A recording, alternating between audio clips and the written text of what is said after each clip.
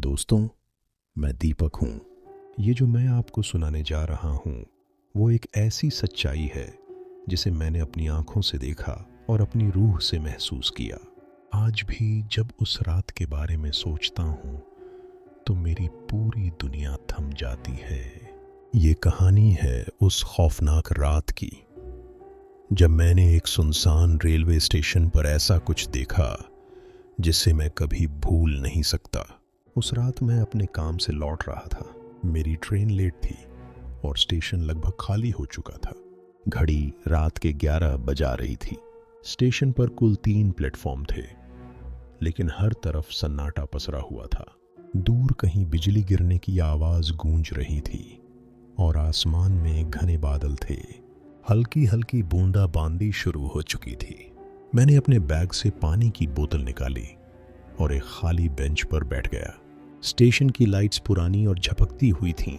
कुछ खंभों की ट्यूबलाइटें जलते बुझते रह रही थीं और प्लेटफॉर्म पर पड़ी धूल और टूटे हुए सामानों से ऐसा लग रहा था कि स्टेशन को वर्षों से सही तरीके से संभाला नहीं गया।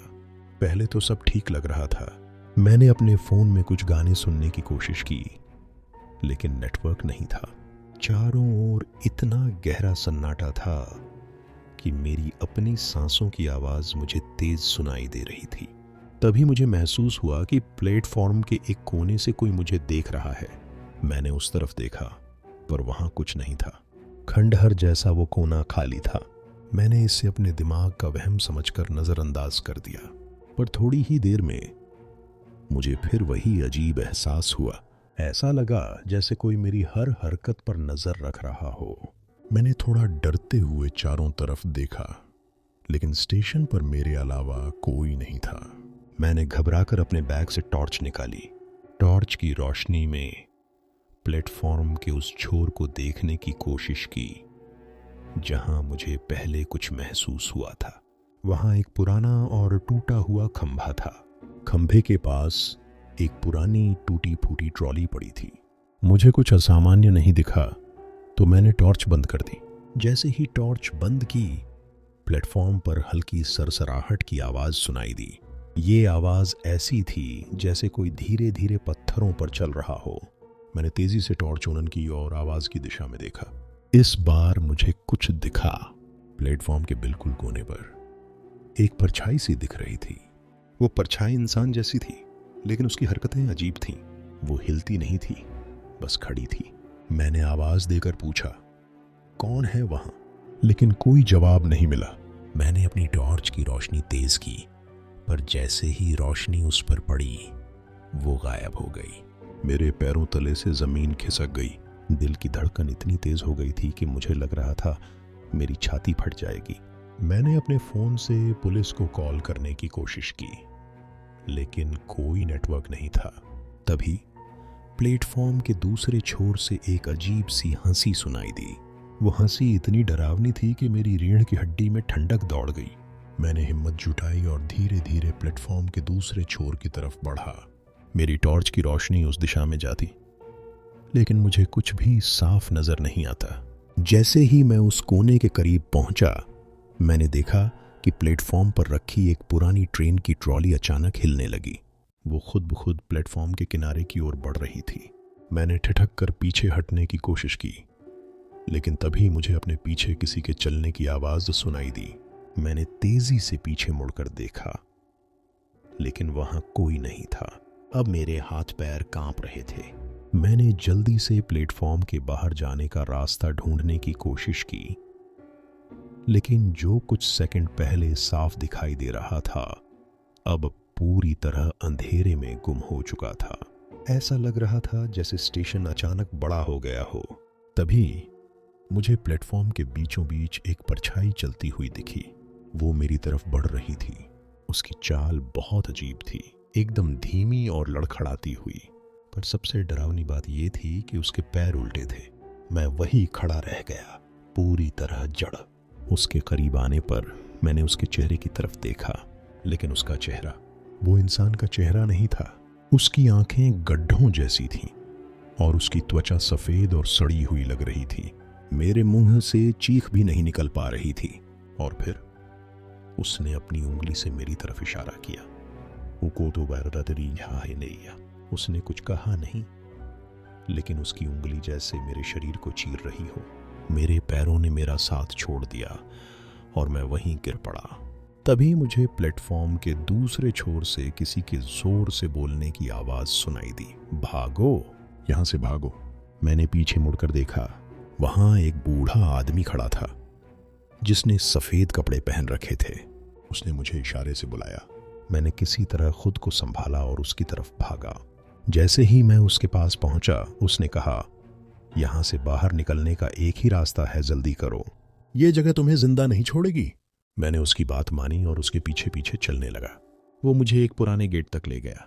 जैसे ही हम गेट के पास पहुंचे, मैंने पीछे मुड़कर देखा। वो परछाई अब भी मेरी तरफ देख रही थी, लेकिन इस बार उसके साथ और भी परछाइयां थीं। बूढ़े आदमी ने गेट खोला और मुझे बाहर धक्का दे दिया। बाहर आने के बाद जब मैंने पलट कर देखा तो वहां कोई गेट नहीं था। वो बूढ़ा भी गायब था। उस रात जो मैंने देखा उसे मैं कभी भूल नहीं सकता। वो परछाइयाँ, वो आवाज़ें और वो उल्टे पैर वाला इंसान, ये सब मेरे लिए आज भी एक सवाल है। मैं जब उस गेट से बाहर निकला तो ऐसा लगा जैसे किसी ने मेरी जान बचा ली हो। ठंडी हवा मेरे चेहरे पर लग रही थी, लेकिन मेरे शरीर से पसीना रुकने का नाम नहीं ले रहा था। मैंने खुद को संभालने की कोशिश की और चारों तरफ देखा। स्टेशन के बाहर सब कुछ अजीब सा लग रहा था। सड़क कहीं नजर नहीं आ रही थी, बस एक लंबा सा कच्चा रास्ता था जो धुंध में कहीं खो जाता था। मैंने सोचा शायद मैं किसी दूसरे रास्ते से बाहर आया हूं, पर जो सबसे ज्यादा डरावना था वो ये कि आसपास कोई इंसान नहीं था। न गाड़ियां, न दुकानें, न रोशनी। ऐसा लग रहा था जैसे मैं किसी और ही दुनिया में आ गया हूं। मैंने अपने फोन को जेब से निकाला। स्क्रीन पर नो नेटवर्क लिखा था। घबराहट के साथ मैंने फोन को ऑन ऑफ करके ऑन किया, लेकिन कुछ फर्क नहीं पड़ा। मैंने सोचा चलो इस कच्चे रास्ते पर आगे बढ़ता हूं, शायद कोई मदद मिल जाए। मैं उस रास्ते पर चलने लगा। चारों तरफ सन्नाटा था। मेरे कदमों की आवाज इतनी साफ सुनाई दे रही थी कि मुझे लग रहा था कोई मेरे पीछे चल रहा हो। मैंने कई बार पीछे मुड़कर देखा, पर हर बार वही खालीपन। रास्ता लंबा और अजीब था। कच्ची मिट्टी पर चलने के बावजूद मेरे जूतों की आवाज गूंज रही थी, जैसे कोई पत्थर पर चल रहा हो। करीब आधा घंटा चलने के बाद मुझे दूर एक पुराना सा घर दिखा। उस घर में हल्की सी रोशनी थी, जैसे किसी लालटेन की। मुझे थोड़ी राहत मिली। मैंने सोचा शायद वहां कोई मदद मिल जाए, पर जितना मैं उस घर के करीब जाता उतना ही कुछ अजीब महसूस होने लगता। पास की हवा भारी हो गई थी। ऐसा लग रहा था जैसे मैं किसी अदृश्य दीवार को पार कर रहा हूं। आखिरकार मैं उस घर के दरवाजे तक पहुंचा। दरवाजा लकड़ी का था और उस पर बड़े बड़े निशान थे, जैसे किसी ने उसे नाखूनों से खरोंच दिया हो। मैंने दरवाजे पर दस्तक दी। अंदर से कोई आवाज नहीं आई। मैंने दोबारा कोशिश की और इस बार दरवाजा खुद ब खुद खुल गया। अंदर का नजारा देखकर मेरी रूह कांप गई। घर के अंदर चारों तरफ पुरानी चीजें बिखरी हुई थीं। फर्श पर धूल और मिट्टी जमा थी। दीवारों पर अजीब से चिन्ह बने हुए थे। वो चिन्ह किसी भाषा के जैसे थे, लेकिन मैंने कभी उन्हें पहले नहीं देखा था। घर के बीचों बीच एक पुरानी कुर्सी थी और उस पर एक आदमी बैठा था। उसका चेहरा झुका हुआ था और वो बिल्कुल स्थिर था। मैंने उसे आवाज दी, सुनिए, क्या आप मेरी मदद कर सकते हैं? लेकिन उसने कोई जवाब नहीं दिया। मैंने धीरे धीरे उसके करीब जाने की कोशिश की। जैसे ही मैंने पहला कदम आगे बढ़ाया, वो आदमी अचानक अपनी कुर्सी से उठा। उसका सिर अब भी नीचे झुका हुआ था, लेकिन उसने अपने हाथ मेरी तरफ बढ़ाए। उसके हाथ इतने पतले और लंबे थे कि वो इंसानी हाथों जैसे नहीं लग रहे थे। उसकी उंगलियां अजीब तरीके से टेढ़ी थीं, जैसे किसी जानवर के पंजे हों। मैं डर के मारे एक कदम पीछे हटा, लेकिन तभी उसने अपना सिर उठाया। उसका चेहरा वो इंसान का चेहरा नहीं था। उसकी आंखें नहीं थीं, बस खाली गड्ढे थे। उसकी त्वचा पर गहरे कट के निशान थे और उसकी मुस्कान इतनी चौड़ी थी जैसे किसी ने उसके होंठ चीर दिए हों। वो धीरे धीरे मेरी तरफ बढ़ने लगा। मैंने तुरंत पलटकर भागने की कोशिश की, लेकिन जैसे ही मैंने दरवाजे की तरफ दौड़ लगाई, वो दरवाज़ा खुद ब खुद बंद हो गया। घर की सारी रोशनी बुझ गई और अब वहाँ घुप अंधेरा था। मेरी सांसें तेज हो रही थीं। मैं कुछ देख नहीं पा रहा था, बस उसकी भारी सांसों की आवाज़ सुनाई दे रही थी। अचानक मैंने महसूस किया कि वो मेरे बिल्कुल करीब था। उसके पैरों की आवाज़ मेरे चारों तरफ गूंज रही थी, जैसे वो हर तरफ हो। मैंने अपनी टॉर्च चालू की और चारों तरफ रोशनी डाली, लेकिन वो कहीं नजर नहीं आया। तभी मेरे कंधे पर किसी ने हाथ रखा। वो हाथ बर्फ जैसा ठंडा था। मैंने धीरे धीरे पीछे मुड़कर देखा। वो वहीं खड़ा था। उसकी मुस्कान और चौड़ी हो गई थी और उसने धीरे से कहा, तुम्हारा यहां आना तय था, अब तुम वापस नहीं जा सकते। उसकी आवाज गहरी और गूंजती हुई थी, जैसे वो मेरे अंदर तक जा रही हो। मैंने किसी तरह अपनी हिम्मत जुटाई और उस पर टॉर्च फेंक दी।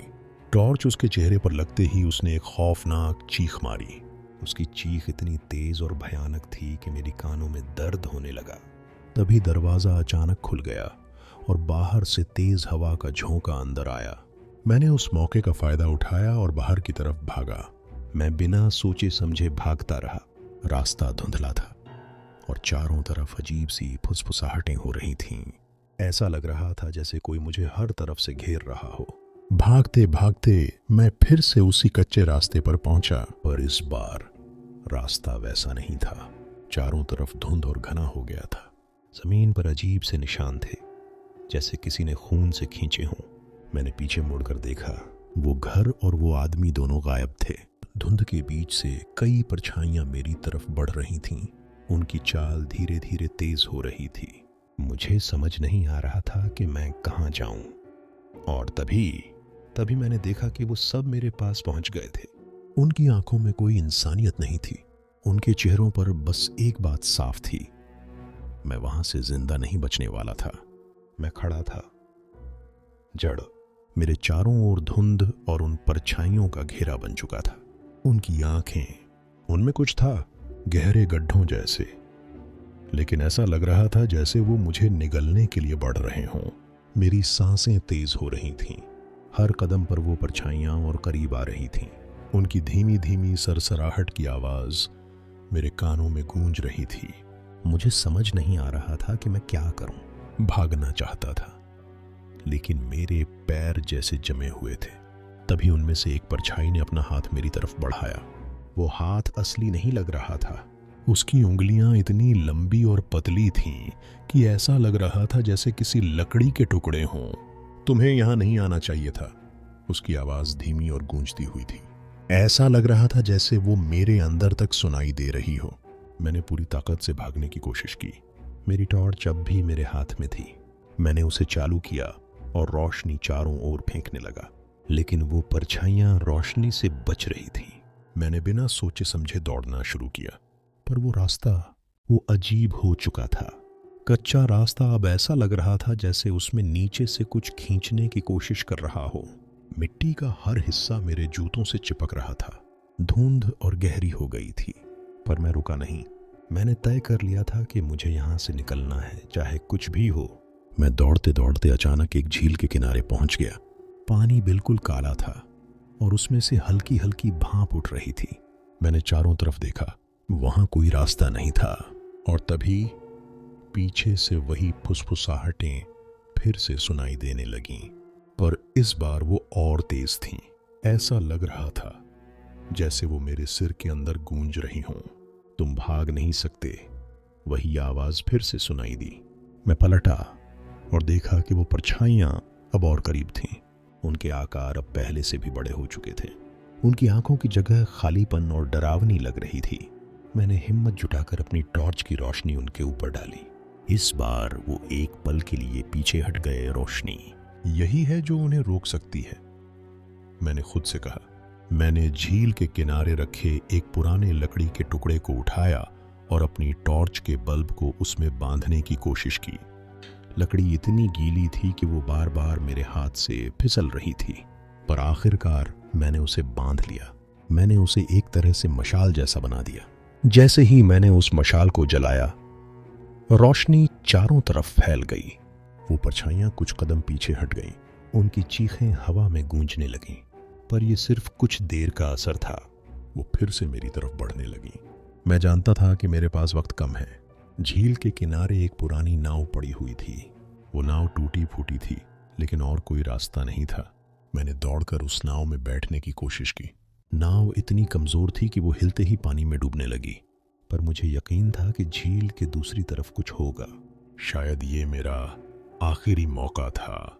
मैंने किसी तरह नाव को पानी में धकेला। हाथों से पानी को खींचते हुए मैं झील के बीचों बीच पहुंचा, पर तभी झील का पानी अचानक उबलने लगा। ऐसा लगा जैसे उसके नीचे से कुछ बहुत बड़ा उठने वाला हो। नाव हिलने लगी और फिर झील के पानी से एक अजीब सा चेहरा उभरा। वो चेहरा इतना बड़ा था कि पूरी झील में छा गया। उसकी आंखें मेरी तरफ देख रही थीं। उसकी त्वचा झील के पानी जैसी थी, काली और चिपचिपी। उसने अपनी बड़ी बड़ी भयानक आंखें मेरी तरफ घुमाई और कहा, तुम इस जगह से बाहर नहीं जा सकते, ये तुम्हारा अंत है। मैंने पूरी ताकत से नाव को दूसरी तरफ धकेलने की कोशिश की। पानी का उबाल तेज हो चुका था। झील के अंदर से हाथ जैसी आकृतियां ऊपर उठ रही थीं। वो मेरी नाव को पकड़ने की कोशिश कर रही थीं। मैंने मशाल को उन हाथों पर फेंका। रोशनी पड़ते ही वो हाथ पीछे हट गए। किसी तरह मैं झील के दूसरी तरफ पहुंचा। वहां एक पुरानी सीढ़ी थी जो ऊपर जंगल की तरफ जाती थी। मैंने नाव छोड़ दी और दौड़ते हुए सीढ़ी पर चढ़ने लगा, पर पीछे से वो परछाइयां अब भी मेरी तरफ आ रही थीं। उनकी चीखें और तेज हो गई थीं। सीढ़ियां खत्म होते ही मैं एक खुले मैदान में पहुंचा। वहां एक पुराना मंदिर था। मंदिर की दीवारें टूटी हुई थीं, लेकिन उसके अंदर से हल्की रोशनी आ रही थी। मैंने बिना वक्त गंवाए मंदिर के अंदर दौड़ लगाई। अंदर पहुंचते ही दरवाजे अपने आप बंद हो गए।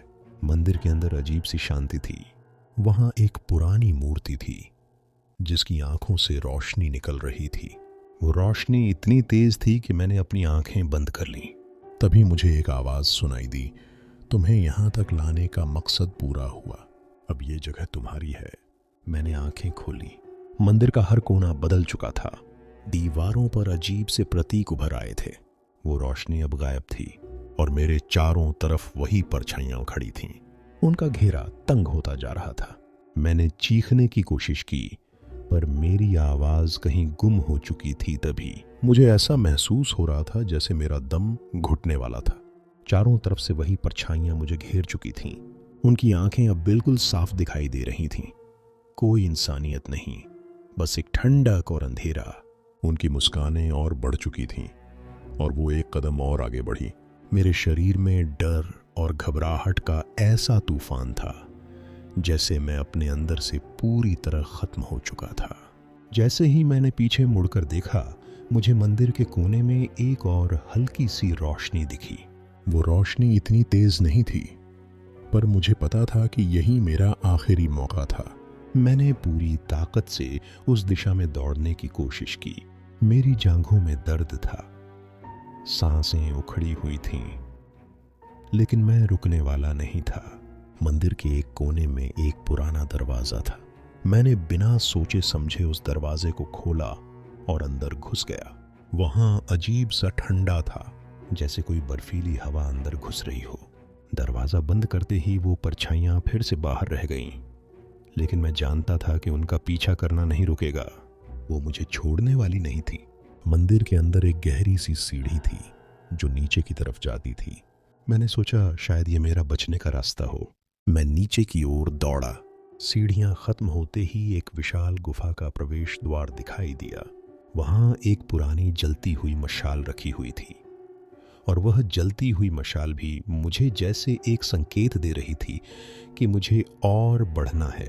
मैंने मशाल उठाई और अंदर घुसते ही देखा कि गुफा के अंदर अजीब से चिन्ह बने हुए थे। वो चिन्ह किसी तरह की चेतावनी जैसा महसूस हो रहा था। गुफा में हवा सर्द और घनी थी। मेरी सांसें तेज हो रही थीं और दिल की धड़कन इतनी तेज थी कि मुझे लगा अब तक मैं कहीं गिर जाऊंगा। मैं और अंदर बढ़ता गया। हर कदम के साथ गुफा में कुछ अजीब आवाजें सुनाई देती, जैसे कोई खड़खड़ाता हुआ धीमा सा बड़बड़ाता हो। और तभी अचानक सामने से एक हल्की सी झलक दिखी। एक बहुत पुरानी मूर्ति के सामने एक जलता हुआ दीपक रखा हुआ था। वो दीपक वैसे तो साधारण सा दिखता था, लेकिन उसके आसपास कोई अजीब सी ताकत महसूस हो रही थी।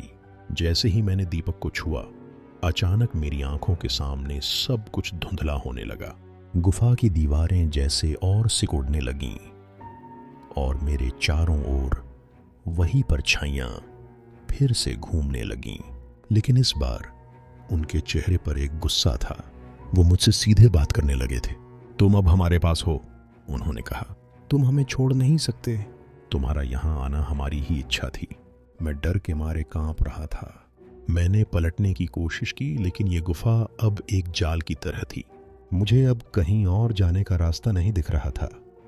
वो परछाइयां अब मुझे घेर चुकी थीं और उनकी मुस्कान और तेज हो गई थी।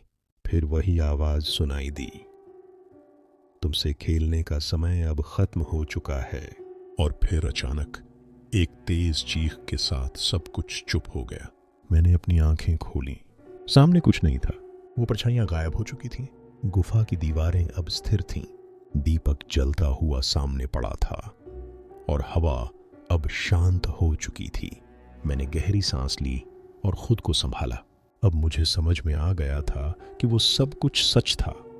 ये जगह, ये परछाइयां, ये मूर्तियां, ये सब सच था। कुछ देर तक मैं वहीं खड़ा रहा। मुझे यकीन नहीं हो रहा था कि मैं जिंदा हूं। फिर मैंने मुड़कर देखा कि वो गुफा का रास्ता अब मेरे लिए खुल चुका था। मैंने धीरे धीरे कदम बढ़ाए और बाहर की तरफ बढ़ने लगा। अब वो भय, वो डर सब खत्म हो चुका था। लेकिन तभी अचानक मेरे कानों में वो आवाज फिर से गूंजने लगी, तुमने अभी तक हमें छोड़ नहीं दिया। हम तुम्हारे अंदर हैं। जब तक तुम हमें जिंदा नहीं छोड़ोगे, तुम कभी भी बच नहीं पाओगे। मैंने पीछे मुड़कर देखा, लेकिन कुछ नहीं था।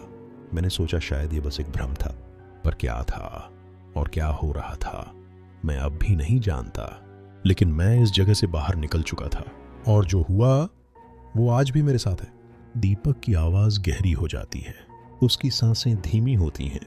तो दोस्तों, अब आप समझ सकते हैं कि वो परछाइयां और वो जगह किस तरह के खौफनाक रहस्यों से जुड़ी थी।